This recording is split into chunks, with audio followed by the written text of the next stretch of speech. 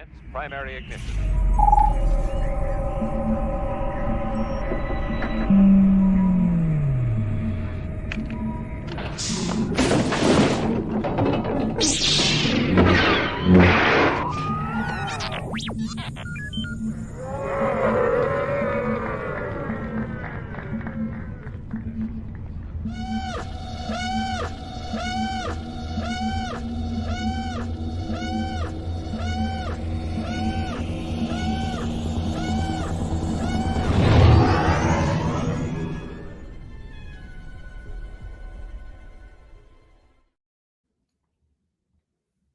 Ah, Yeah, it's us. we're here.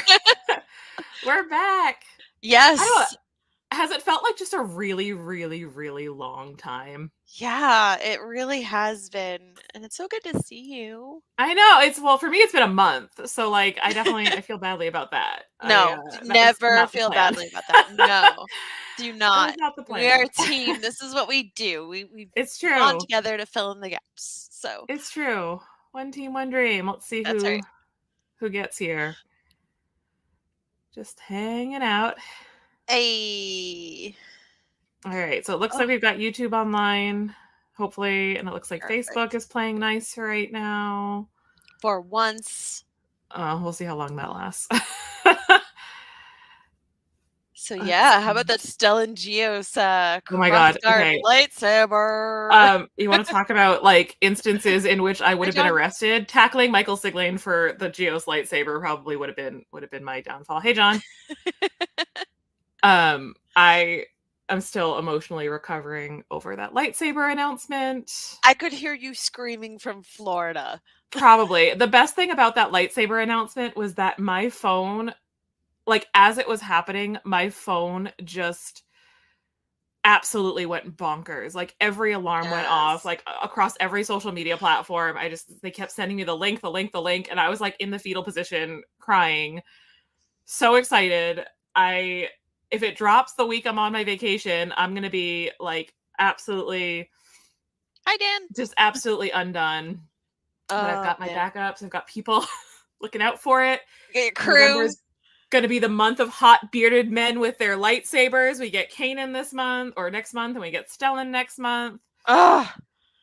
And the fact that it's like 5,000, like, come on, you guys, that's rude.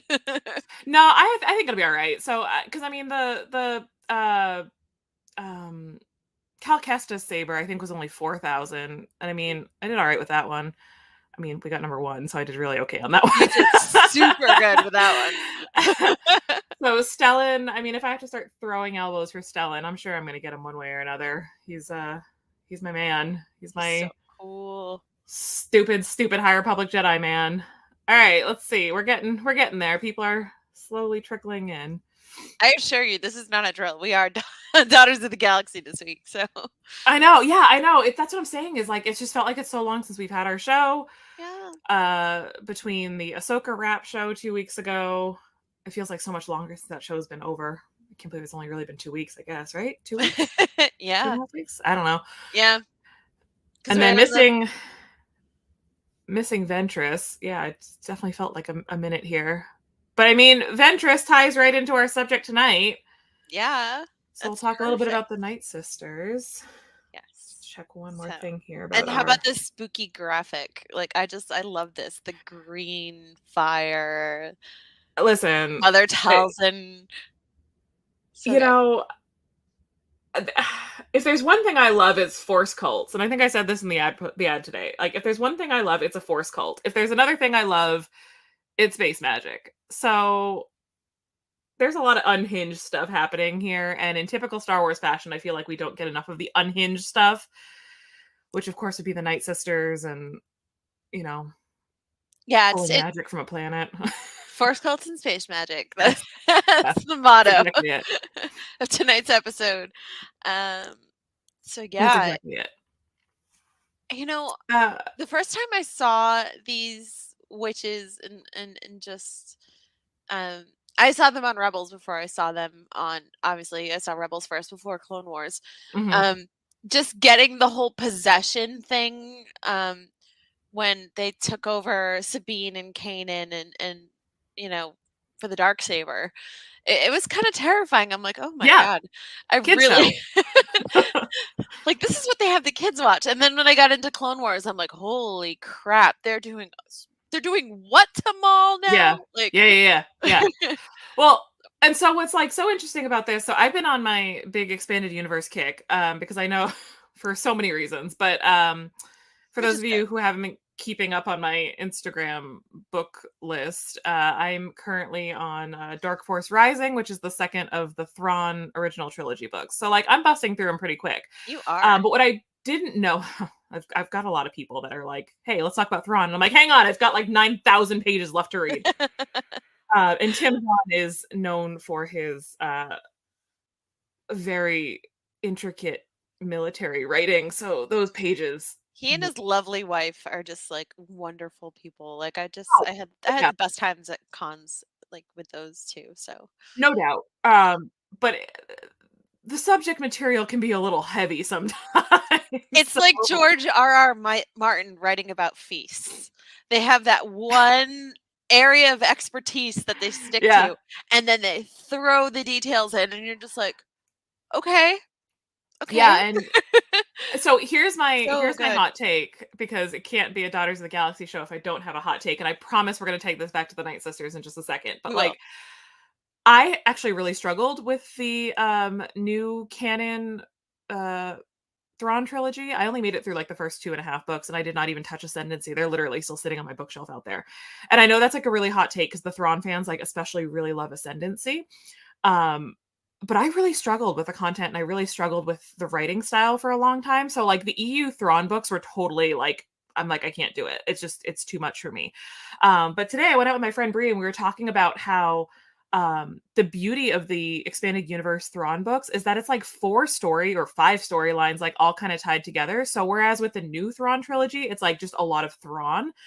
With the expanded universe Thrawn trilogy, you get like Han Solo, you get Leia, you get Luke, you get a Mad Jedi, you get Mara Jade, you get like all these other stories, so it's not quite as like Thrawn heavy, Hmm. which has made the read a little bit more fun. It But kind of where I'm guides him in, like it does with Rebels. Like it kind of guides him in slowly and introduces them to the EU readers. it's like he just has his hand in like every story, I think, is the thing. So whereas like Leia and Mara Jade, for instance, don't really have a lot of overlap so far, Thrawn has his hand in kind of every one of those stories. So, or every one of those plot lines. So Right. it's the Thrawn trilogy for a reason. But anyway, where I was going with this is I've been spending a lot of time in the expanded universe, rabbit holing and reading reading lists, and what to read in order and things like that. And what I didn't know was that the Night Sisters were actually born in the EU in a 1994 novel called what, the Courtship of Princess Leia, if I'm not mistaken. That's And right. what was so great about this is that the author, even then in the wild 90s, was like, "Yo, there's not enough female representation in this franchise. We should probably Shock. like write some female characters, and we should probably do some more strong female characters here." And so he wrote this book. I want to make sure I get it. Dave Wolverton wrote this book. He's a legend. Really good writer. And I haven't even read any of his stuff. So like Oh you yeah. best believe that like now I have like a new. That's actually like one of the few EU books that I've read is The Oh, Courtship so of you read Princess it. So I should Leia. I let read you it. talk about it, because here I am like It's working off of like okay. Smart Notes. No, totally do that because it's been like, oh god, at least 20 years since I read the book. Okay. So Okay. I'm a little rusty, but yeah. And I read Well, it once. so what I loved about this, and what I had a good laugh about, like as I was kind of reading some of these notes about this book, was that the whole argument to create these Night Sisters, who their backstory kind of matches roughly what we saw in animation, was that he wanted more strong female characters. He wanted more complicated female characters, and George Lucas looked at it and said, "That'll be a great backstory for Darth Maul." So it's like we have these great female characters, but their only point here is to serve as a backstory for a male character. Again, the jump off for the male character. Yeah, this is the way. So, I mean, again, is that, I'm sure it's more nuanced than that, right? Like, I've definitely gave like the very high level Um, interpretation of, of what I read. you're not wrong. Like going back and actually watching Clone Wars and just seeing what they do. Yeah, you're right. I mean, well, and of course, and of course, we both have experienced Mother Talzin and the Clone Wars stuff, and we're both on the up and up with Marin, and of course, the newest addition to the Night Sisters legacy with Morgan Elsbeth, and yeah, so there's a lot going on. It was surprising to me as I prepped for this show how old the Night Sisters really were, because I truly and honestly, hand to God, thought that this was a story that kind of came around in the Clone Wars first. So Yeah, and more they you know. weren't entirely fleshed out until the Clone Wars. Like, you don't really see them as like a definite threat to the goings on of the Jedi and the Sith Mm, until Clone Wars. right. Um, so again, and maybe that is like the reason why they are the jumping off point of Savage and Maul, is because they're using their people to tie into the Great War between the Jedi and the Sith, and that's what it comes down to. It's It is, just and I think what's so interesting about that is that where we see a lot of these sort of, especially in the Clone Wars, right? We see so many of these factions really turn to one side or the other, really like align themselves with either the Jedi um, and the Republic, or the Separatists. The Night Sisters actually do a pretty good job of saying, like, we serve ourselves. Like, we're not interested in either side here. We kind of right. just serve ourselves. Um, which for a witch coven, I mean, hey, it's spooky season. I kind of love that. They're Yeah, like, this is just us. yeah, and um, it just the looks, the high collars, the hoods, the very angular, like spiked robes, like these ladies look scary, and they they mean do, business. and like it's interesting to me because Star Wars has so many different species and so many different aliens and so many different uh you know animals and creatures and things that we kind of see throughout this entire franchise, and they all kind of like adapt themselves to or look sort of in a way that they would live in a certain terrain. But then you look at these Night Sisters and you're like, ladies, like, what are you doing over there on Dathomir? Like, is this Yeah, like, what's life like on Dathomir where you have these crazy cloaks and you have these, I don't know. I'm just even looking at and your Talzin and on the side faces, here. yeah, and your faces look all crispy. Like, what's going on? Like, Yeah, yeah. oh, So, uh, what's also interesting is that the characters themselves, seeing them kind of crop up in different storylines. Like, I know the one that's probably the most iconic, I guess people would probably argue Marin, but honestly, I'm going to say it's Ventress, of course. Asajj Ventress being one of the Night Sisters. Um, nothing against Marin. no, and Don't get us honestly, wrong. Marin is another one where somehow, like, I was watching some old VCN shows, and somehow I think Spencer at one point was like, "Oh yeah, Jamie, she plays all the video games," and I'm like, "Huh? I do?" So I'm okay. So here, I'm gonna clear the air here. I'm famously bad at video games, like really bad at video games.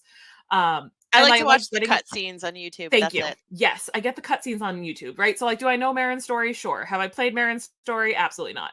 Um, but again, even prepping for this, I feel like you can't talk about the Night Sisters without being like, oh yeah, and there's Marin. Yeah. um, but Ventress, I think, is such an interesting one because there's so much complexity in the history between the Night Sisters and the Jedi, and how the Night Sisters don't love the Jedi, and how allegedly they were founded by like a fallen or a dark Jedi. So I mean, they've got some history there, but Yeah. then then there's Ventress, who of course was never a Jedi, but had undergone all this training under a fallen Jedi, or whatever we're gonna call Dooku. And I just think A that's neat. A disenfranchised Jedi. disenfranchised. Yeah. Yeah. And there are more and more of them cropping out there. So I mean, Yeah, yeah, yeah. No, with as we said on our Asajj show, Asajj just she just got sick and tired of the people that she cared about being ripped from her Mm. through this whole thing. So turning to the dark side, turning to the her people on Dathomir, the Night Sisters, like she just wanted to belong. And as Mother Talzin said, our only loyalty is to each other. So to have that you know that sense of belonging, and well, maybe I'll find it here with my people on Dathomir.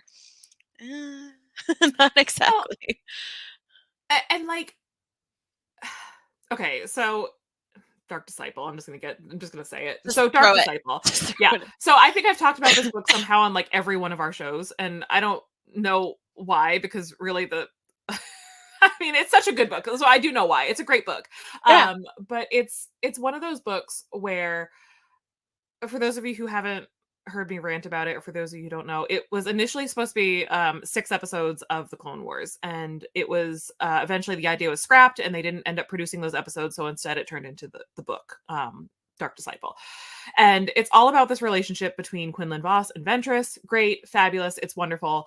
But what's so fascinating about it is that Ventress really shows Quinlan Voss like what it's like to be a Night Sister, and even goes so far as to like take him to Dathomir. So I think that's really fascinating, because it is such a culture that's like, I don't want, well, I mean, I guess the Night Sisters you could almost call like a closed culture, right? Because like it's just them and they're only looking out for themselves. But like, absolutely. Indigenous people, native people do not trespass on their lands. yeah, Yeah, she's teaching him sort of what it's like to have this power, but to really use it autonomously of the light side or the dark side, and to say like, you can harness this magic, or we can, you can use this magic without going fully dark. And plot twist, he goes fully dark. um it's really good. It's so whoops. good. It's such a great book. I'm just spoiling Yeah. this whole book, but honestly read it, because I'm totally destroying it. Oh no, we talked But about it last time. It was totally fine. Feel free. great. So then we've totally destroyed We've Dark done it Disciple. But before. honestly, y'all should read it anyway, just because it's great. And it's just such a good book.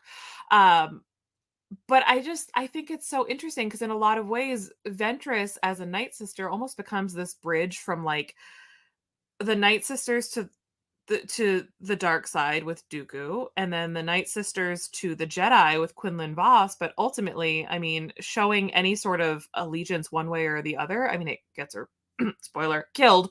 um so I don't know. I think Ventress is in a lot of ways like almost a example to the rest of the Night Sisters, to be like, don't do this, it's a trap. Oh yeah. Men ruin everything. Sorry, men, not all of you. Just in this case, men ruined everything. So For one person. Yeah. Eh. um so yeah, it's you know, with them, as you said, they just keep separate from the light side and the dark side. They have their own side. It is what they do, and they have their own means to an end. Um, they get their magic um, right from Dathomir itself. Like they mm, just draw power out of the planet, and it, the thing that like creeps me out the most is like even after they're gone, like this is what we saw in Rebels, like their spirits are still so yeah, strong that yeah. just when you think like because Maul is a Dathomirian and his body was rebuilt personally by the Night Sisters that he's got a handle on this. No, no, no, no, no. That thing Mm-mm. went horribly wrong. They do Mhm. not care about the Jedi means. They don't care about the Sith means. They will do what they want to do to be free of the prison that they are in and to resurrect themselves on their home planet. And So let's talk about resurrecting for a second. mm, Because this sure. has, for so many reasons, become such a hot button issue in the last, I don't know, 2 weeks or so. Uh, but I also really want to tie up Asajj for a second, because you brought up something that I really wanted to talk about. Oh yeah, So go ahead.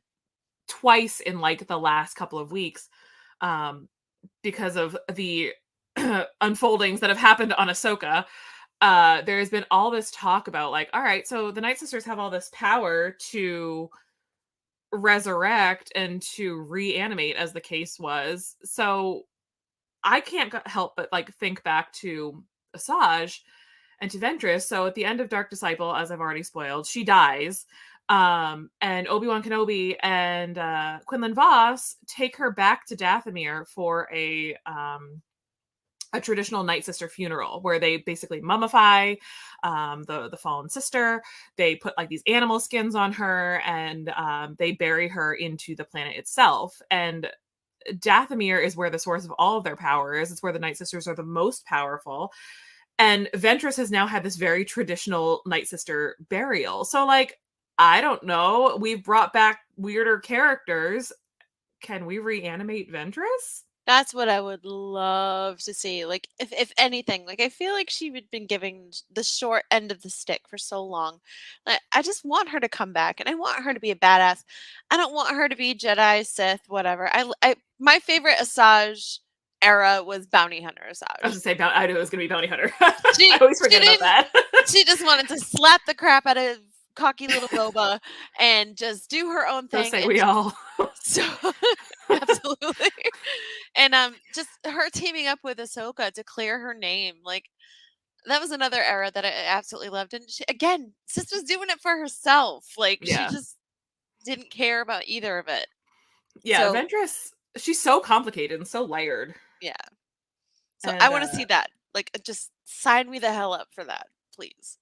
Well, the precedent is set at this point. So, we're gonna have to talk about Morgan Elsbeth in just a second here, but like the precedent I think is set because we do know that across the Clone Wars and across Rebels and now into Ahsoka, that this is sort of a hallmark of the Night Sisters. Like they are known for reanimating. They are known for bringing people back from the dead, maybe not in their fullest form, but like imagine how that could be, right? So we've been able to see them reanimate or to bring their spirit, I guess, into other people's bodies, and as we saw in Rebels, of course, and do that. So like, would we get back like the Ventress that we know and love? I don't know. I don't think we would, but I would be very curious to see what we do get back.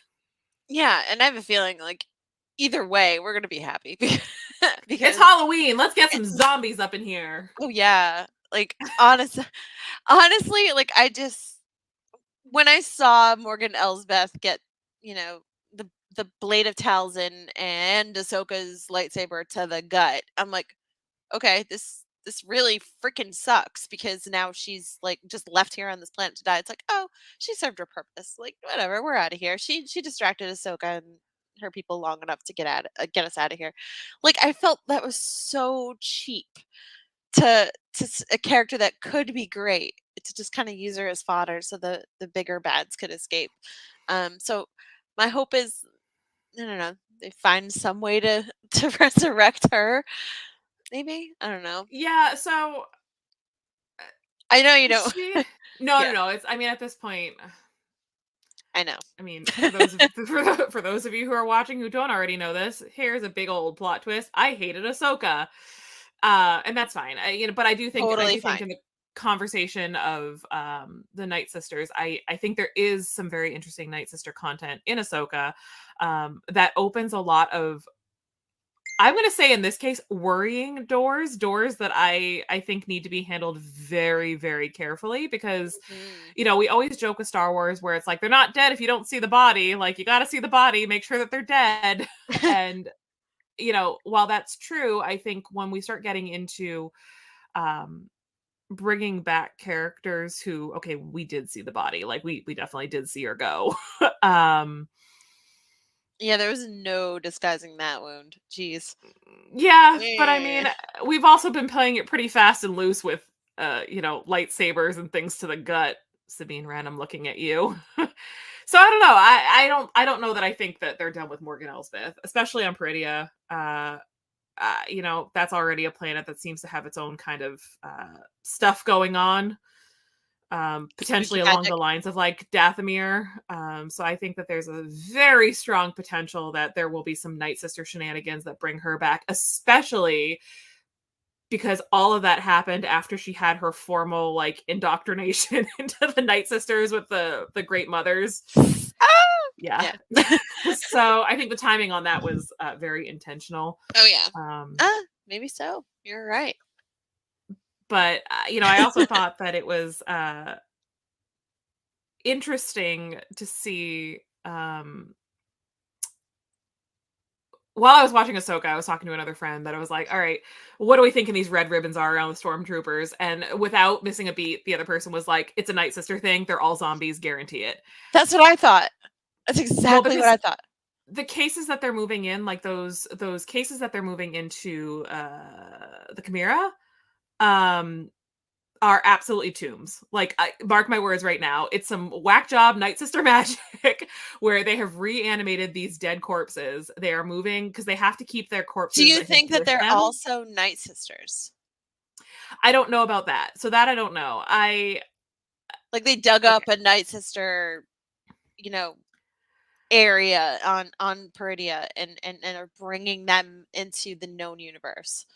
So what I think is probably more like, well, I don't know. So I don't know if I want to say this is more likely, but a theory that has been rattling around my head is, to the best of my knowledge, the Chimera was not like it was not unmanned when they got yeeted into the other galaxy. So what I think is more likely is that it's leftovers from, people that have perhaps died or whatever, that were already aboard the ship, and the Night Sisters were like, "Hey, Thrawn, we can reanimate your entire crew." I mean, I don't know, I'm reaching at this point because I had a lot of Or maybe they oh, use like the dead to kind of like feed their magic. As you started to kind of go into earlier, like they just use the spirit and use the dead to funnel their magic. And they left with Thrawn. So they kind of need some kind of defense and some kind of so, power source to get this done. um, this is really twisted, but honestly, like, Ahsoka was so painful to me that I had to, like, hold on to things. I was like, "All right, what can I laugh about? Because if I don't laugh about this, I'm probably gonna cry." Did you ever watch What We Do in the Shadows? Yes. Okay, the TV show, not the movie? Yes. I've watched Okay. both. Yeah. So you know the episode where they have to have the dirt of their, like, homeland Their to ancestral travel? home to travel with, otherwise So they can't sleep. correct. Yeah. So the whole time they were loading up these corpses onto the ship, I'm like, "That's it. That's their bottle of dirt. They have to keep their Me ancestral dirt with them too! at all times Oh my or god, me else they're gonna too! die."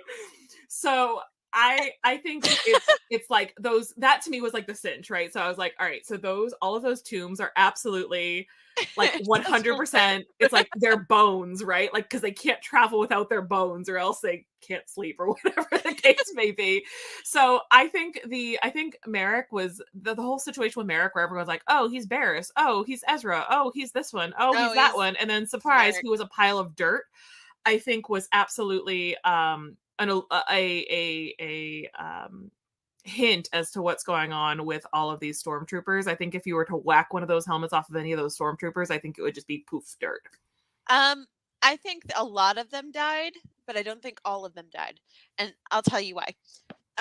The whole scene where they ask, I think they ask Enoch if his men are prepared for this, Mm, and they get taken down by Ahsoka and Ezra and Sabine, and they die, and they just crumble at the bottom of the stairs, and mm, then they reanimate. And I think mm, like they use their Night Sister magic to like reanimate these people to keep going. And that's why like it was painful for them, like to see them just kind of get up for the first time and stuff like that. I think it was the first time they got reanimated. So I think while many did die on the way to Peridia, and that's the source of the bodies, but I don't think all of them died. mm. But that voice, I don't know. It's like it's hit or miss, and it's frustratingly hit or miss because I'm just like, are they reanimated? Are they not reanimated? We heard Merrick's voice sound very similar to Enoch's voice. What's going on? The Like, thing the thing that gets me here is that and this is one of my again, I just literally just had this conversation today with my friend. We went out to Epcot. We talked about all sorts of Thrawn, especially related things. But what kind of gets me is that, okay, so we have the Great Mothers, right? And we know that they are obviously like the sort of top of the pyramid, as it were, for these Night Sisters. Like, these are the three that are at this point sort of the most powerful. I guess Yeah. we're gonna use that Shout word, out like the to most. Claudia Black for being, like, the stand-in for Mother Talzin as far as the creepy factor goes. Yeah. Yeah, she's so good. Um, so we have these great mothers, and they are sort of the pinnacle of the Night Sisters, and I just I had a lot of weird issues with the power dynamic between them and Thrawn. I feel like they kind of cut Thrawn down at the knees in a lot of ways. And here's the thing. I am all about like the powerful, like again, we opened the show talking about how the Night Sisters are, their own thing. They are really entrenched in this magic. They have their own sort of take on these things, and they are obviously super powerful and have a lot of really unique abilities.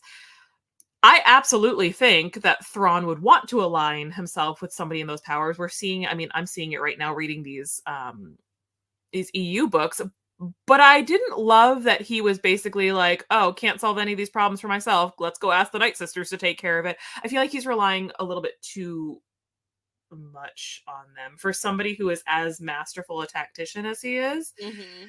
I did not love the power dynamic between Thrawn and the Night Sisters, and I do think that if we think about his crew, um, I think it's going to be a very interesting thing to see what happens. I suppose in this current or back in the galaxy that we know.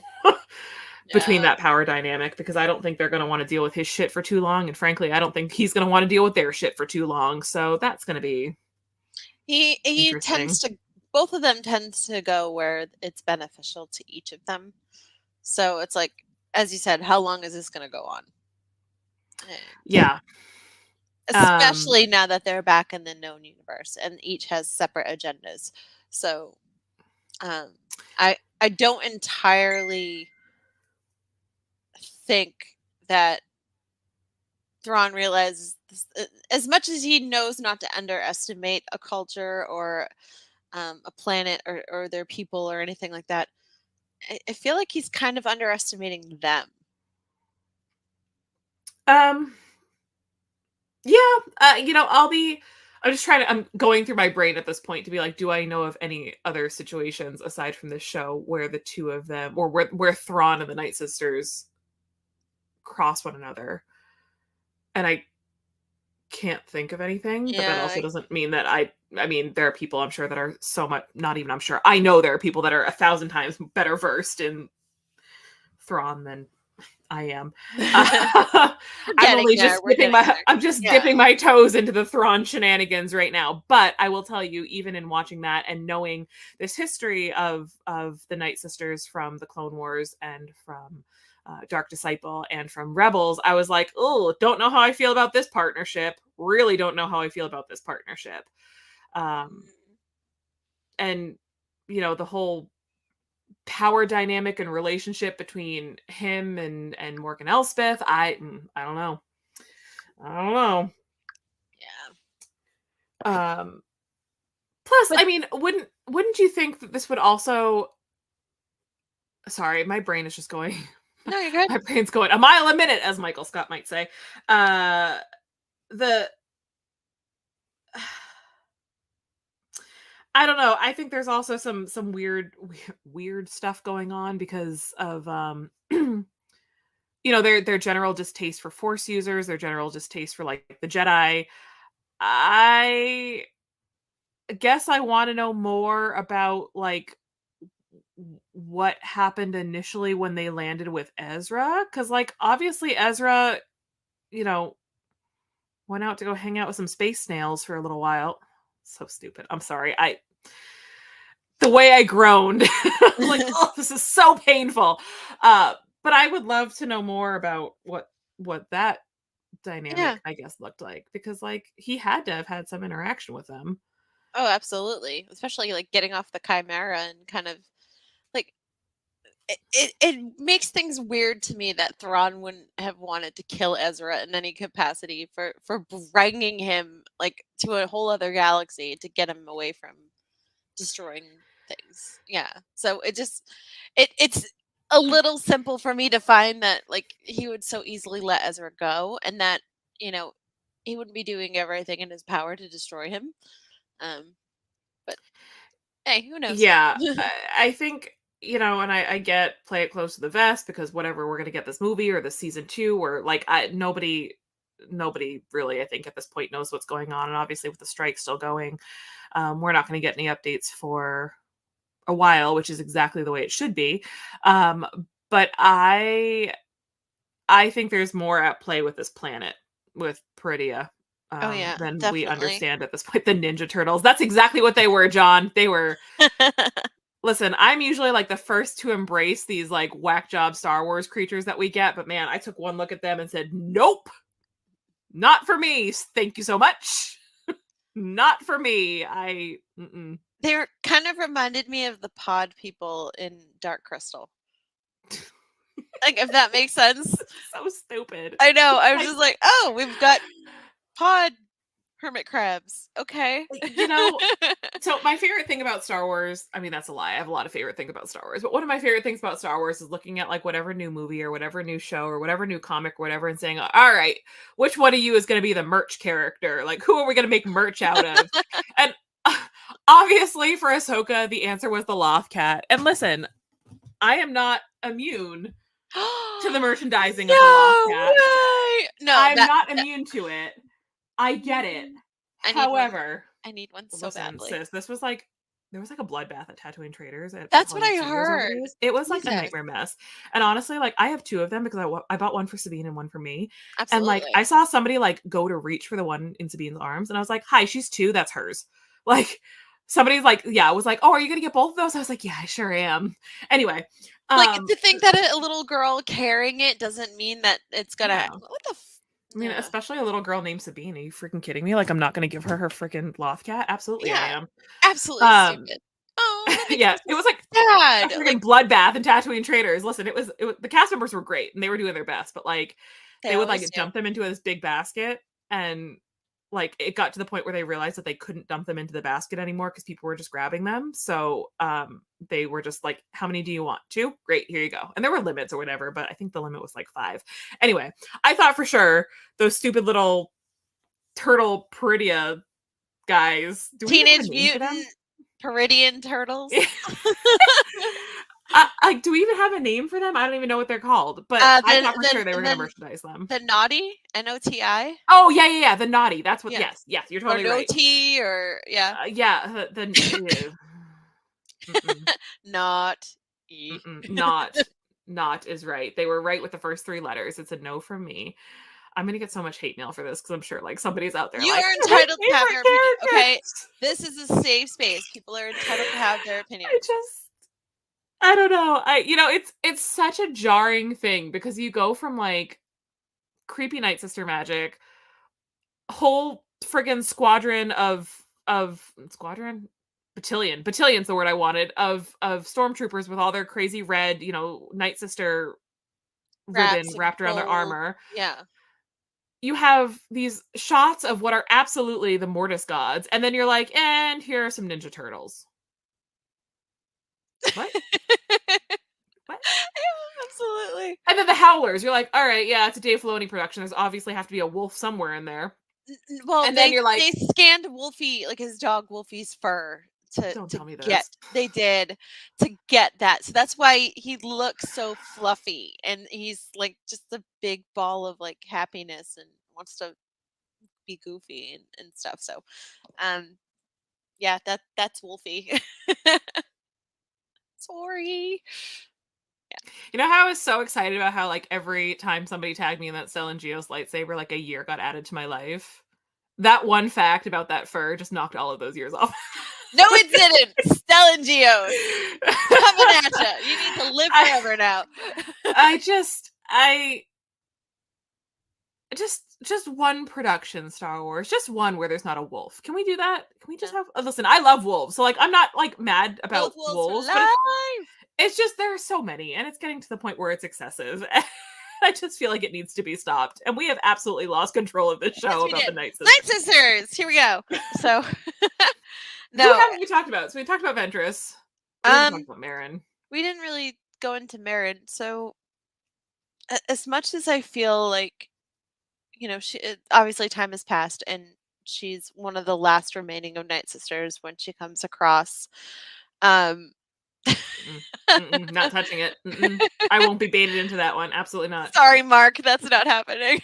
No, just as much as she was the last of the remaining Night Sisters on Dathomir, when she comes across Cal and uh, Cal has to fight. Oh my god, I'm blanking on that dude's name with the chest tattoos. Sorry, I didn't play the game, but I watched all 3 hours of the cutscenes to get this. It's been a But minute. Maybe somebody yeah, in the chat knows. yeah. Anybody? But just to have her, and again, there were very very similar attributes between Marin and Asajj. Like, okay, she's an outsider. Obviously, she's not as deeply versed in the Night Sisters' self. I don't want to say self-absorbance, but like just their need to just survive as a unit. She's a little more accepting of other people's help and a little more curious about what else is going on elsewhere in the galaxy. Um, so that was interesting, and it made me feel like they were just using her as what could have been with Ventress, like how far they could have gone with Asajj and didn't. So we'll try this with Marin and see what happens. Yes, Terran Malicos. That's it. Thank you, Mark. I wouldn't have been able to pull that out. Yeah, that wasn't in my brain. So I'm glad we had that. Good.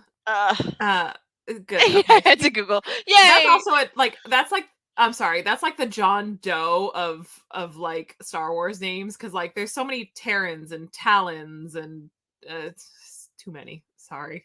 Tias. Too many. Yeah. Thousands. Yeah. Yeah, it was a fun boss battle. That was cool. Yeah. Yeah, see, yep. I watched the battle and I just, yeah. It was like, I know enough you're about a Sith. Huh. Yeah. Well, yeah, Jar Pal. Yeah, see, I'm telling you, it's like that. They really lean hard on that, like TATO, like I don't know, something Star Wars, something. It's God, it's so dumb. I love it so much. So stupid. And the yeah. K's. Do not forget the K's. Kanan, Kestis. Yeah. The fans love that one. They love those fan theories. But I do agree. I think it was kind of a smart move from a timing standpoint, because I feel like we didn't like giving us a Night Sister in that timeline, I think was really interesting, because like we've now seen the Jedi fall, which I mean that's what the Night Sisters kind of wanted. So in that like immediate post fall, I think that was an interesting timeline to kind of play with a Night Sister character. So I'm glad that we have Marin. She's a character who I quietly admire, but don't have enough firsthand experience with, I guess, to really do a lot of commentary on. I love her design. I will tell you, of all of the Night Sisters, I think her design is my favorite. Yes. It's very elegant without looking creepy and burny. It's just which again, it's like Asajj. Asajj as I say, burned. When Asajj had her short hair, that short like ice blonde hair, I was like, all right, she and Marin, I get it, like I see it. And then I look over to our graphic and I'm like, oh, and then there's Mother Talzin. She's got her creepy skin. Her and straight creepy fingers that are all long and spindly, but yeah. Yeah, it's yeah, I'm still looking at it and I'm like, ugh.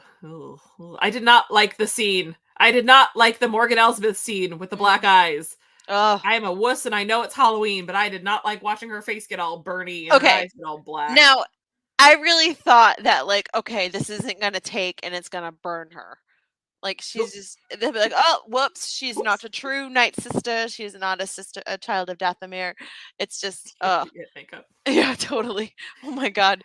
I really thought it wasn't gonna take. I'm like, oh crap. Okay, she just sacrificed herself. But when she says for Dathomir, like quietly to herself, like it's as much as it's Thrawn is like, oh, it's for the Empire, And she's like, for Dathomir.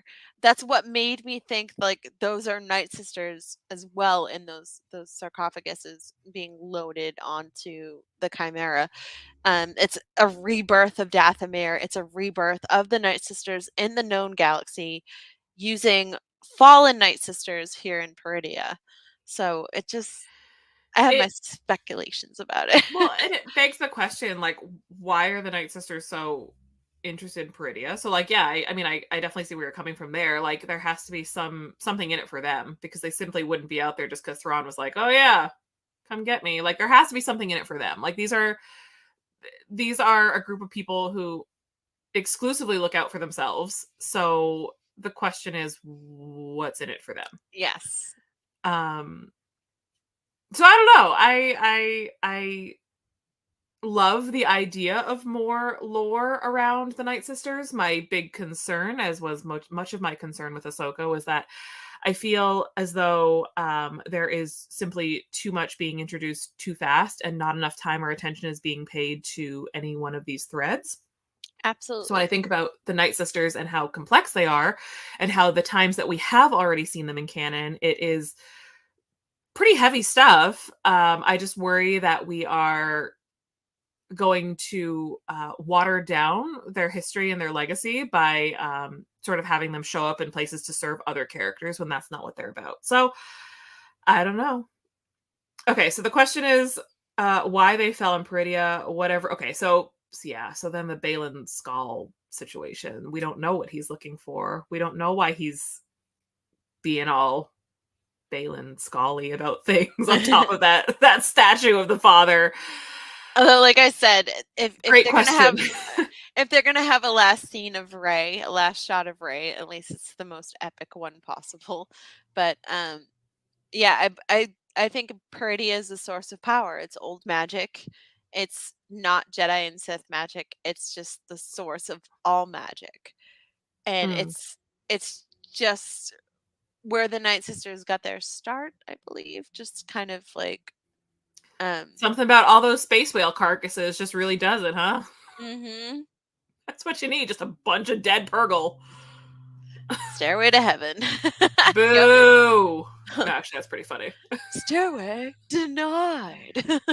Sorry. I watch Wayne's World too much. But yeah, it's just I just think that like because it's just the source of magic, like you see the the giant sculptures of the brother and the father, and um the concept art had like a half decayed daughter on there, but it definitely I didn't see it in the final shot of the episode. So I But we think did it's we did get the brother and the father. Yeah, they were in right, there.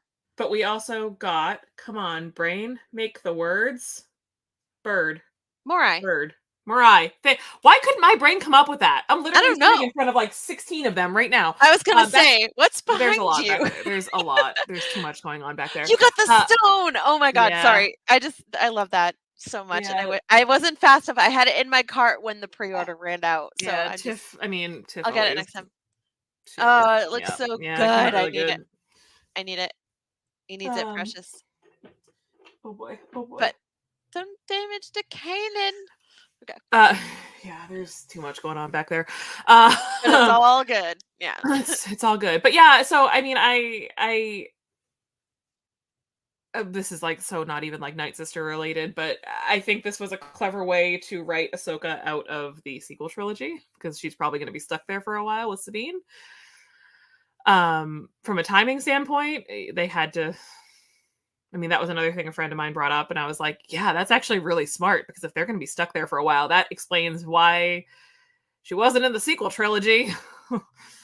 But I don't know. There's a lot of unanswered questions. I guess my big takeaway for this show, as it as it pertains to this show, is I just would hope that by bringing the Night Sisters into and their lore into live action, that we don't water them down. Yes. We have a really bad habit in this era of Star Wars of taking things from legends and modifying them to whatever we want them to be in that moment, and ultimately downplaying how special and how important they were. Back in the 90s and the early aughts with Star Wars novels. Obviously, don't want that to happen. I want more witches, but only if they're handled properly. Yes, but there's also the short story Bug, written by Anne Oh yeah, Conway, which is another great piece of Night Sister lore. If you have the Clone Wars Stories of Light and Dark Stories of book, Light and Dark. Yep. it is awesome little story about you know, characters and um how they tie in, how this whole thing ties into the Night Sisters and their need for magic and control over things, and people just trying to live their lives independently. Oh my god, words! Use your words, Ash. Um, of the Night Sisters and their machinations. So it's kind of an interesting little tale. Let me see. Oh, I cannot find it. Where are you? So I'm trying to find the cliff notes that I wrote on here. Trying to think. I think I read that one right as it came out. I remember as I'm really bad with like the short story books. So like from a certain point of Yeah. view and stories of light and dark, I will like skim through them real quick and find like the authors that I really really love or the characters that I really really love, and I'll read like those, and then I'll put the book down and well never get back to it, which is my legacy. That's not true. I usually get back to them. It just takes me. I've got like book ADHD. Do you know how much it's killing me to have set aside my High Republic books to read these Thrawn books? I Who believe it. am I? Who Who are am you? I? What has happened According to me? so and tied Bug into some big happenings in the Clone Wars. And she ties it into like with Massacre and the Night Sisters arc that you have going on with Ventress. So it ties into that immediately. Um, she said that um, I have a good beat on Talzin, but it's hard. So what the other authors did, I think, is really impressive because I think it's hard. I get to play in a new way and bring in new characters and let these characters have so much more room and leeway. So a girl is called Bug because she befriends a little beetle, and she hasn't had an easy life. Um, she's stuck on a remote outer rim planet, and she's just trying to like listening in a military tower about like what's going on in the galaxy outside of her family thing. So it's just kind of like lonely outsider girl, and she gets into an encounter with a night sister, and it just kind of goes from there. Um, yeah. Well, they the Night Sisters too. There are lots of like little Easter egg sort of mentions. They are mentioned in the High Republic, so we know that this is obviously like, you know, not just a this Thousands timeline and thing. thousands of years, yeah. A couple hundred. Thousand. The whatever. Whatever. But it's like a quick, just like a blip, like blink and you miss it kind of mention where there's like the mention of Dathomirian and Night Sister tradition. I think burial traditions is actually what they're getting at. Hmm. In it's Imri Cantaros says it, so it's something with Imri and Vernestra. Like it definitely comes up. So, but it's like nothing heavy.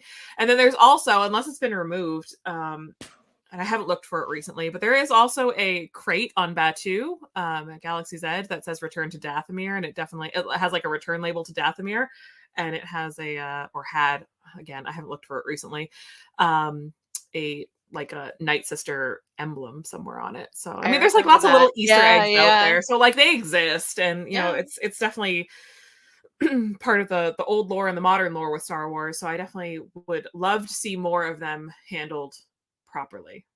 And it's Halloween, so like, how could we not talk about space witches? We had to. We just had to. So yeah, Night Sisters. We love them. We want more spookiness. Yes, we More of want them more of creepy, them. glowing green eyes. We want more taking over of Sabine Wren and taking over of Keenan Jarrus, and we want more Ventresses and we want more Talzins, but we want them handled properly. Absolutely. Yeah. It just to have the possibility of bringing the Night Sisters back and hopefully um keeping them the way they were in Clone Wars and Rebels and not, differentiating too much from their history and their lore. Um, that's all I'd like. Yeah. We don't ask too Uh, much. we No, I mean, I ask for a lot because I'm greedy, but, I'm really greedy with stuff like this. I'm just like, "It's a Star War." So friends, really happy to be back. Missed Yay. missed missed the Miss you, show. lady. Definitely missed being on the show. Yeah. Um, we have a whole week of programming coming up. I know the big thing that we want to talk about was the unifying force actually is going to be talking about Star Wars horror this weekend. Oh, yeah. Uh, so I have And big s expectations. Star Wars characters that have been in horror films.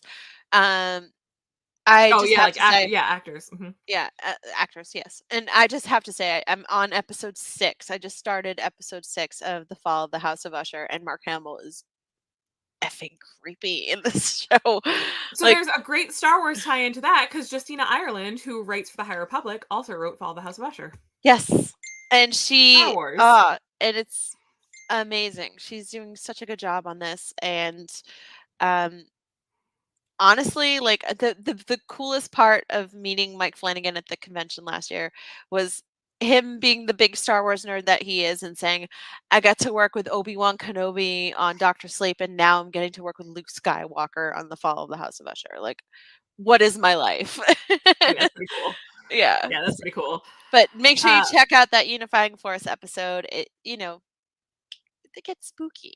It's spooky and season. listen, Embrace it's it. such a good time for like spooky Star Wars because I know if you haven't started reading, it's a short series. I think it's only supposed to be like 6 or 8 issues, but Dark Droids uh is real spooky. Listen, It's there's some panels in so there I wish I spooky. didn't like look at because they're like creepy.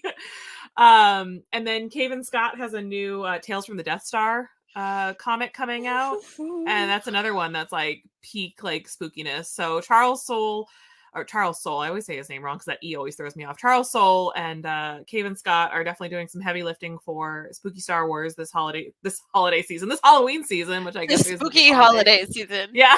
Yeah. It's totally um, different. and then, of course, if you're looking for like older spooky reads, which I'm sure the Unifying Force will get into, you've got that Dr. Aphra is always real spooky. Some of the Darth Vader comics also real spooky. So there's plenty to go around this holiday season. Yes. Of course, we do have our merch on TeePublic. TeePublic is entering their holiday era, so everything is always on sale, always. Like I've seen as much as 40% off. Um, Sweet. it's a great time to get your virtual cantina swag. Especially that Hu Yang is for the younglings t-shirt because I'm so and our Daughters of the So Galaxy dumb, I collection. love it. It We have our really is.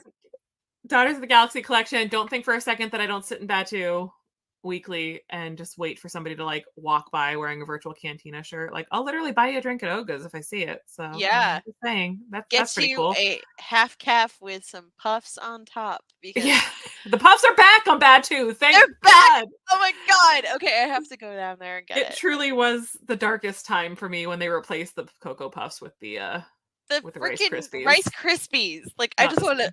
If I saw someone drinking that, I'd probably slap it out of their hand. I mean, it was me. You can slap me because honestly, I needed the caffeine badly enough that I was willing to do No, no, everything. I'm But like, just do you joking. know what it's like to like suck a soggy Rice Krispie through a straw? It's not great. No. It's not great. I don't recommend it. And then because Spencer, of course, wants us to talk about the virtual Cantina family vacation, there's been lots of information sprinkling through the Facebook group, and I know he's Make been sure you check doing, that out. December 1st, yeah. it opens to the public. Mm-hmm. Start saving. Go to California. Go to Galaxy's Edge out there. Go to Lucasfilm. Go to Cloak and Blaster. Cloak and Blaster? Wait, no, Cloak and Scum and Blaster's the one out Villainy. here. Scum and Villainy. They're all the Yes. same. I don't know. They're not all the same, but the names in my brain are all the same. It's all good. I'm really tired. That sun really did me in today. Aw. But yeah, as always, friends, thank you for spending your Wednesday evening with us. Hit us Yeah. up on Instagram. We have some upcoming characters that we want to, of course, talk about, but we want to hear from you as well. Tell us who you want to see. I'm finally giving in on that Mara Jade show. We're going to get the Mara Jade show. Once we get Doing it. once we fill in ourselves enough on Mara Jade, we will talk about I'm it. close. I'm real close. I think we're getting there. Yeah, we're getting there. So make sure you check us out on social media at the all the ats below here in the ticker. Thank you so much, Mark. And Mark's don't got us forget to covered. check the Thursday night watch along this week. They're going to be watching Little Shop of Horrors. Oh, come on now. I know. This Thursday. I was in that show twice. I love it. I've never. Okay, I saw a snippet of the movie when I was a kid, and it was the Steve Martin dentist scene, and I was terrified of dentists after that. Like I said on Monday night, I was terrified. So I would like to see more. I was a fan of the cartoon that was on Fox on Saturday mornings, so I would like to learn more. Yeah, in the 90s. I don't think I knew that there was a Little Shop of Horrors cartoon, but I will tell you, Little Shop of Horrors. Yes, it's a whole the thing. movie was like part of my formative years, and I got to be in it twice, so I have a lot of love girl. for, so yeah, they're watching that this Thursday night, so we'll get in the chats and we'll watch.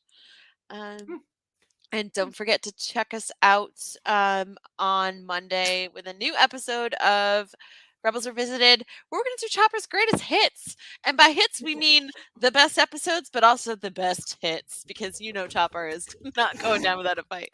He craves violence! Craves violence, mother! He also craves battery recharging, so right now he's not craving anything. Now I have a question. On your front panel of Chopper, totally unrelated, but on your front panel of Chopper, is the little yellow thing in place or is it off to the side? Because I know on the newer, it's off to the side. Okay. Yeah, this is the old classic Rebels one. That's the one I have. So this was me rushing to Galaxy's Edge the day he dropped. So he's like from that very first release. My cousin was in Florida and I was like, can I have one? He sent it to me, so it was really cool. Small friend. I have small, medium, and large. Is that the Chatterback Chopper? Yeah, that's the one that Sabine likes to play with. I need to get that one too. We have. We have many choppers. Oh Lord! That's the chopper shelf I'm sitting in front of. So lots of choppers. Perfection. I love it. Well, thank you guys on that note so much for talking Night Sisters and spooky season with us. We always appreciate you.